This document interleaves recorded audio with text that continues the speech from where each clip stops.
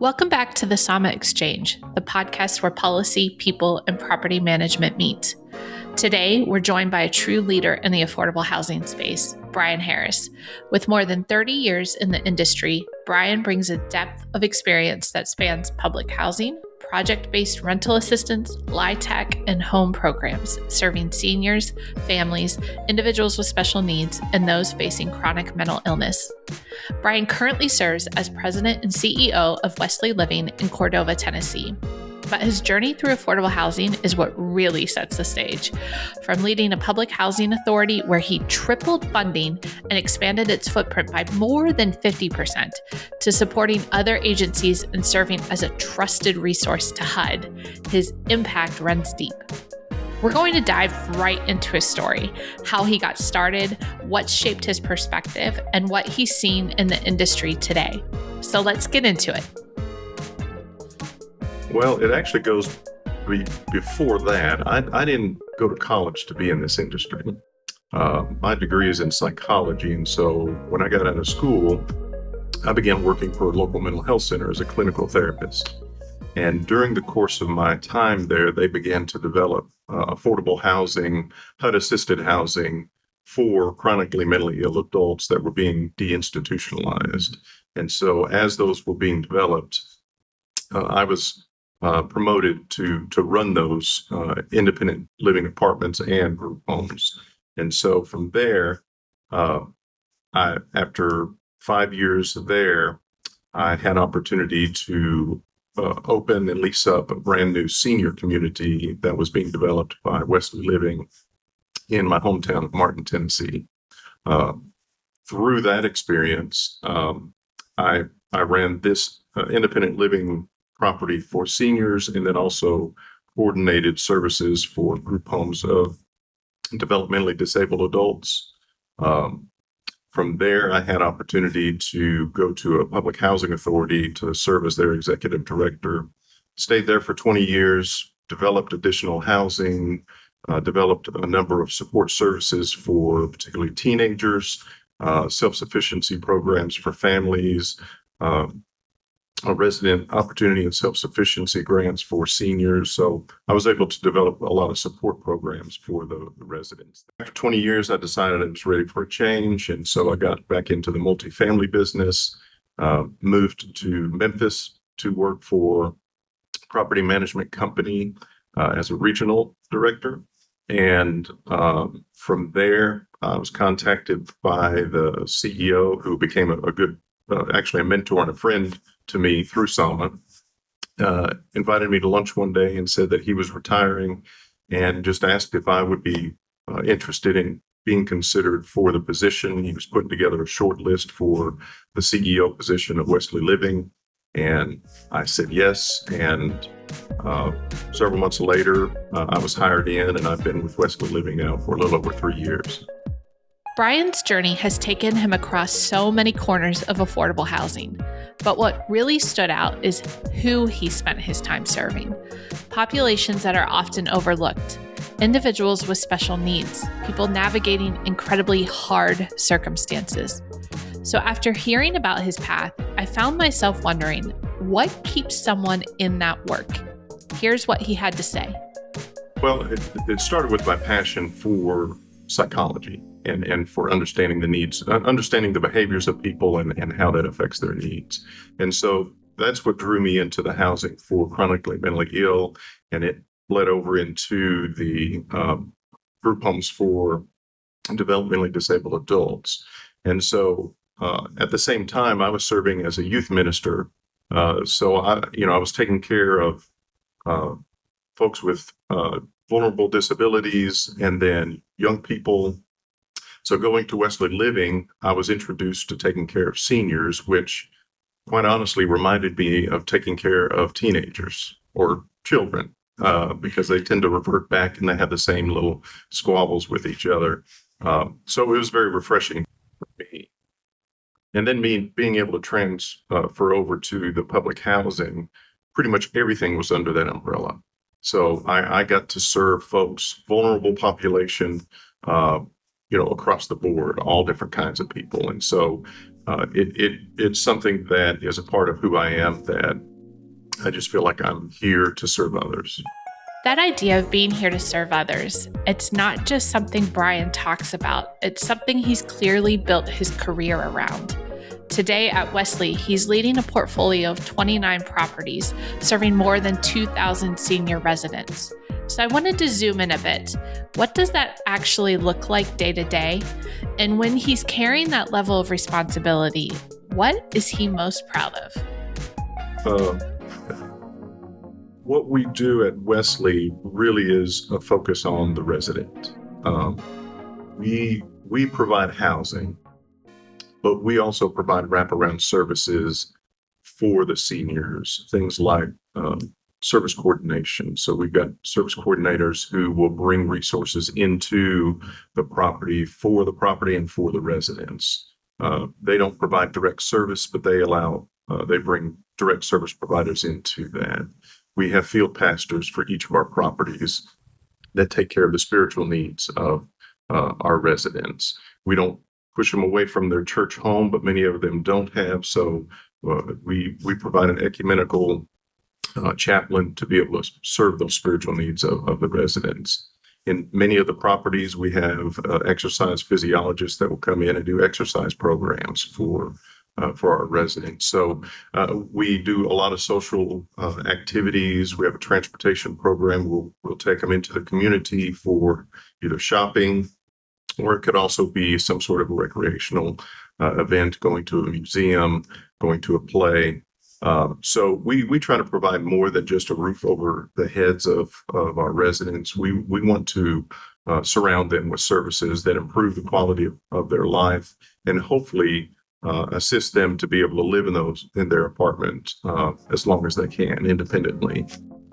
What stood out in his answer wasn't just the scale, it was the intention behind it. The focus on helping seniors stay independent, to live with dignity for as long as possible. And when you spend your career building and leading programs like that, it has to shape how you see the bigger picture. So I asked him, how have all of these experiences influenced the way you think about affordable housing today? Learned is that it shows me that this is a universal need. Affordable housing is something that everybody needs. For a place to stay, a place to call home, it is universal across the board. Some people just simply can't afford it. And so these affordable programs allow folks to have a nice place to stay, where they can be stable, where they can raise their families, where they can take care of their own health needs because they don't have to worry about not being able to pay for utilities or rent.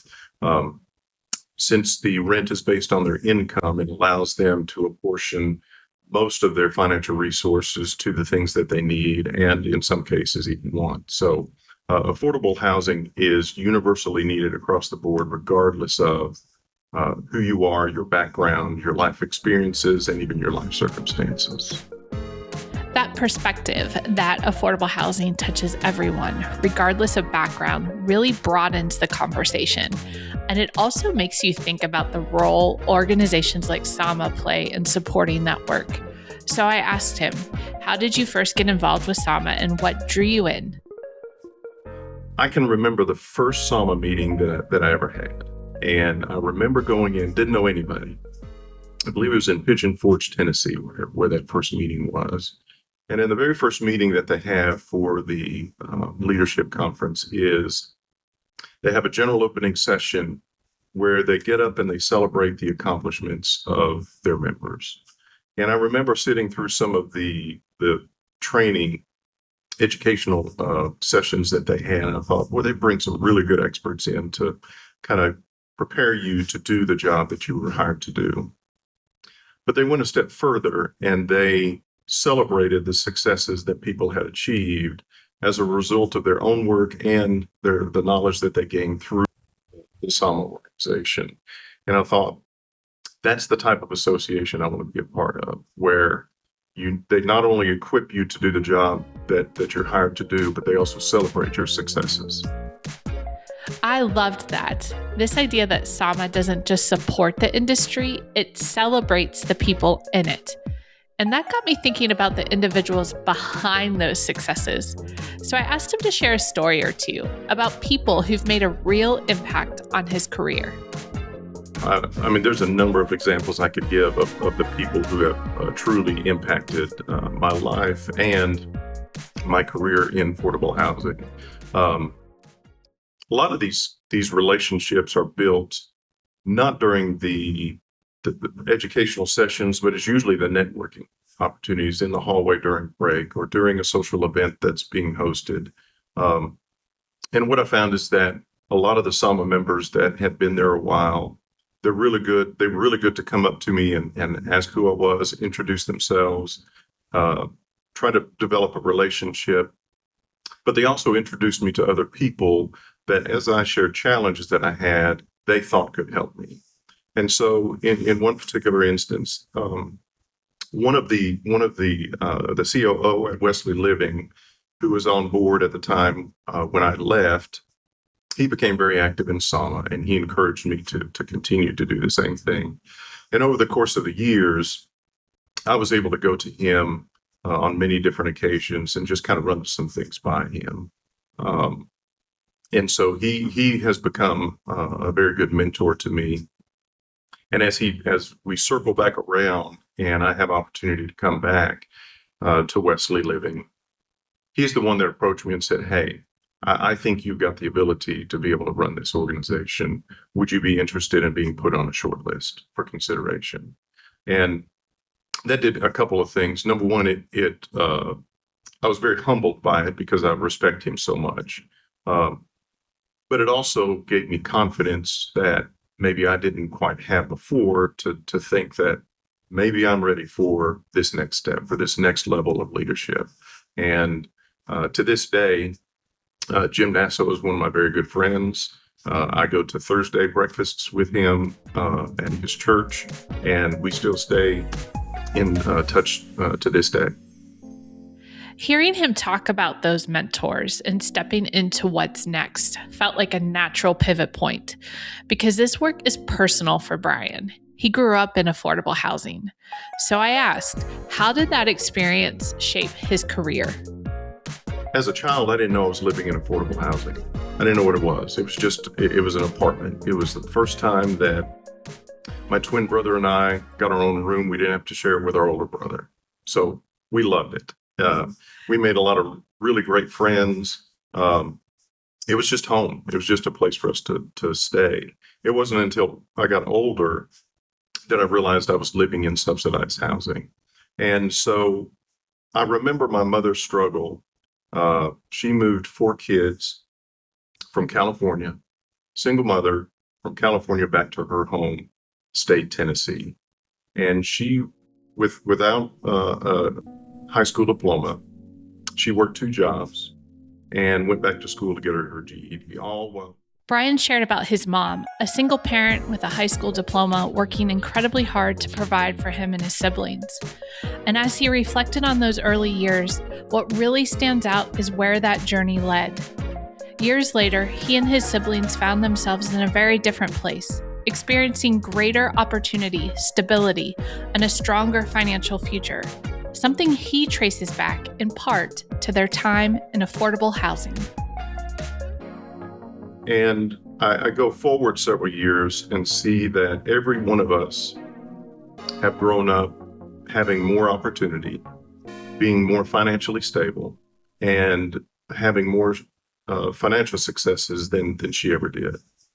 But I go back and look at her journey and realize all she needed was an opportunity. She just needed a chance to be able to stabilize the family, get on her feet, have a safe place for us to live so we could go to school and learn and achieve.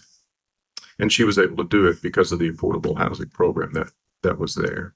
And so when I look at whatever population it is, whether it's seniors, whether it's folks with chronic mental illness, it's the same need. We just need a safe place to live so we can thrive, so we can have an opportunity for success. So as I talk to residents, I always try to keep that in the back of my mind to realize they're going through some stuff. I may not understand it. I may not be able to relate to it, but it's personal to them and it impacts them in a way that if I could provide them with stability at their home, maybe they can work through that and then maybe they can achieve success and then be able to give that back to others. What really stood out is how deeply personal this is for Brian and how his experience shows up in the way he leads with respect and dignity at the center. But outside of this industry, we all know that's not always the perception of affordable housing. We talk about it on this podcast often.